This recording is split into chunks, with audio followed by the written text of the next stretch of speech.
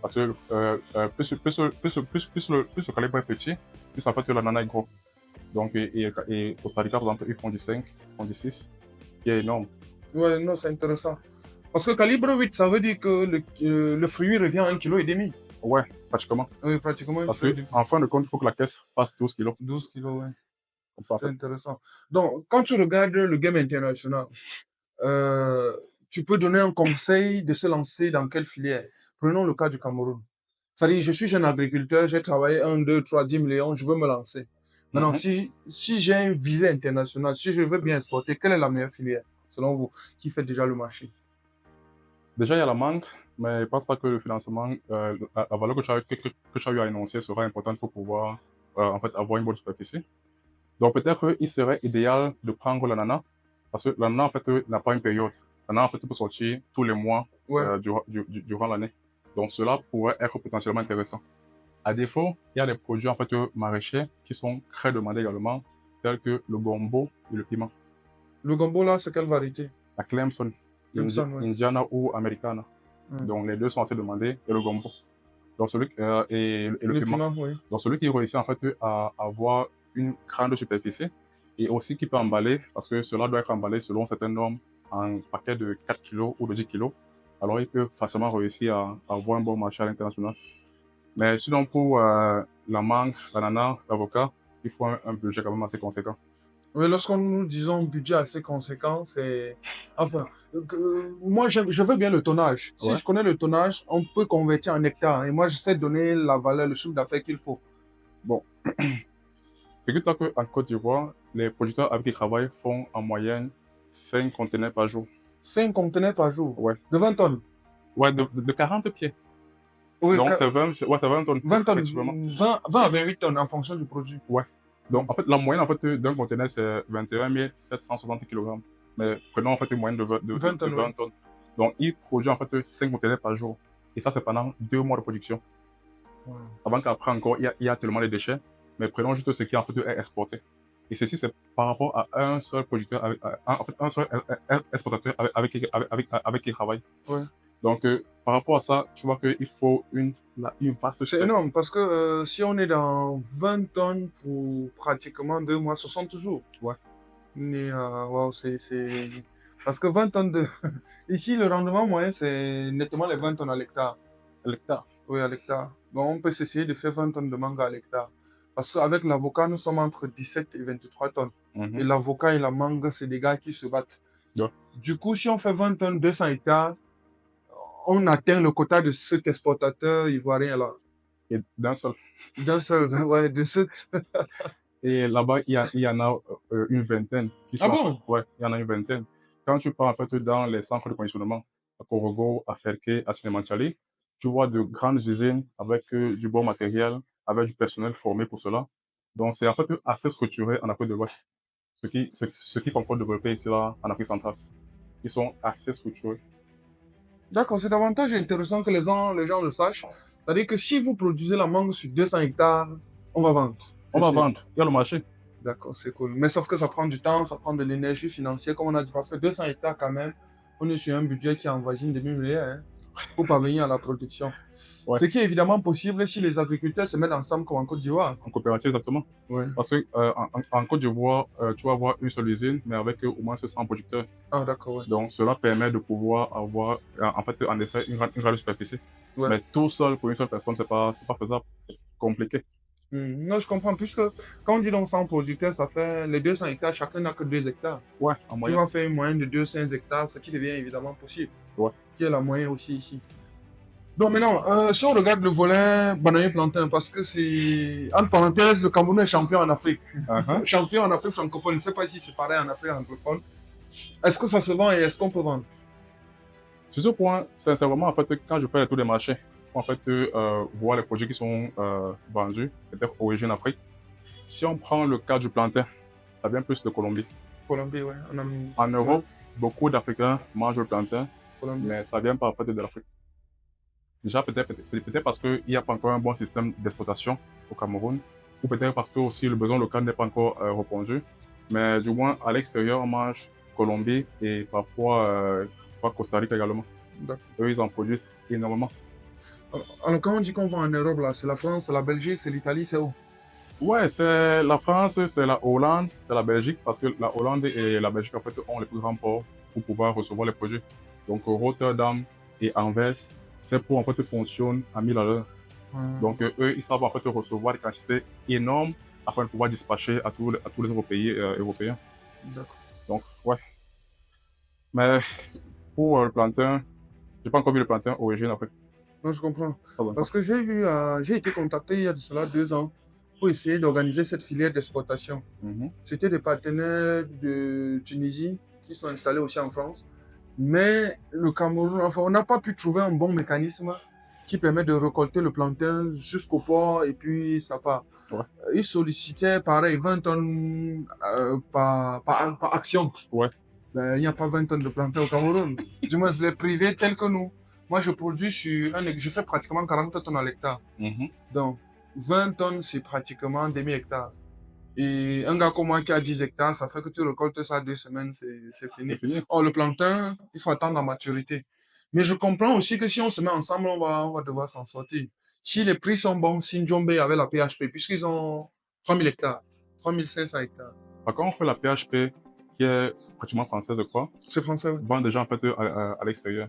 Eux, en fait, ils savent, en fait, présenter le produit comme le client le veut. Et réussir, en fait, à avoir les grands marchés. Et maintenant, tous ceux qui viennent derrière la PHP n'ont pas de marché. Parce que, ils n'ont pas l'équipement. Parce que la PHP, par exemple, est associée au transport, compagnie fruitière, pour pouvoir, en fait, facilement acheminer les produits en France. Mais un individuel, pour voir qu'il puisse monter tout le système, et ça sera dur de pouvoir, en fait, égaler en termes de prix. Donc, c'est encore là un autre défi à devoir relever. D'accord, ça veut dire que le bilan, c'est qu'il faut se mettre ensemble, il n'y a rien à faire. Uniquement ensemble. Oui, il faut se mettre Parce que ensemble. même d'avoir la PHP, ils ne sont pas seuls. Donc, ils sont en fait un ensemble d'investisseurs afin de pouvoir en fait prendre de telles vastes superficies. Ouais, c'est quand même énorme. D'accord, merci beaucoup de nous avoir donné quelques idées. Je crois qu'avec mes agriculteurs, on va en discuter parce que un pays comme le Congo, Kinshasa, c'est 2 millions de kilomètres carrés. 2 millions. Oui, donc c'est 4 fois le Cameroun, 4-5 fois le Cameroun. Et on connaît tout le potentiel que ces pays-là ont. Si les agriculteurs ont la capacité de se mettre ensemble, je crois qu'avec les réseaux disponibles, on peut essayer de conformer les produits et les exporter aussi. Afin de doubler, voire tripler, tel que je vois, les marges. Exactement. Mon travail est de vendre. Donc, si en fait, ensemble, vous aussi ça à produire, je serai là pour pouvoir écouler en fait, la production. D'accord. En tout cas, avec les orientations qu'on a sur les filières, et je vais prendre la note sur les différentes variétés, on va essayer de voir comment établir un business model. Parce qu'il n'est jamais trop tard. Bien sûr. Pour dire que si on se lance là maintenant, 5 ans, ceux qui ne se seront pas lancés seront en train de regretter pendant qu'on sera en train de récolter déjà les fruits. En effet. Que ce soit la mangue et tout ça là. D'accord, je ne savais pas que la mangue était aussi assez prisée sur le marché international. Et il y a plusieurs. En fait, il y a actuellement des semences de mangue qui peuvent produire en 4 ans. Parce que quand je vois en fait les productions en Côte d'Ivoire, c'est celles, on va dire, archaïques, dont les parents ont eu à mettre depuis très longtemps, qui mettaient en moyenne 8 ans pour produire. Mais actuellement, ils sont en train de lancer de nouvelles productions qui, en 4 ans, permettent de pouvoir déjà avoir les premiers fruits et qui sont en fait basses ainsi. Oui, les plantes greffées, c'est ça aussi mon job. Donc, je sais le faire. Hein. Je vous laisse bien entendre. Ok, écoute, donc, je crois qu'on va faire des choses. Je crois qu'on aura la capacité de vous mettre en contact avec X ou Y producteurs qui se sentent capables. Comme ça, s'il y a un comité qu'on met au Cameroun, il peut visiter ce site-là pour canaliser les énergies pour que ce soit conforme à l'exploitation. Je crois que ça, si on fait, ce sera intéressant. En tout cas, merci pour la visite. C'est un gros plaisir. Merci, Évariste. Merci également pour ton audience. Voilà, d'accord. Donc, à nous revoir très bientôt. À très bientôt.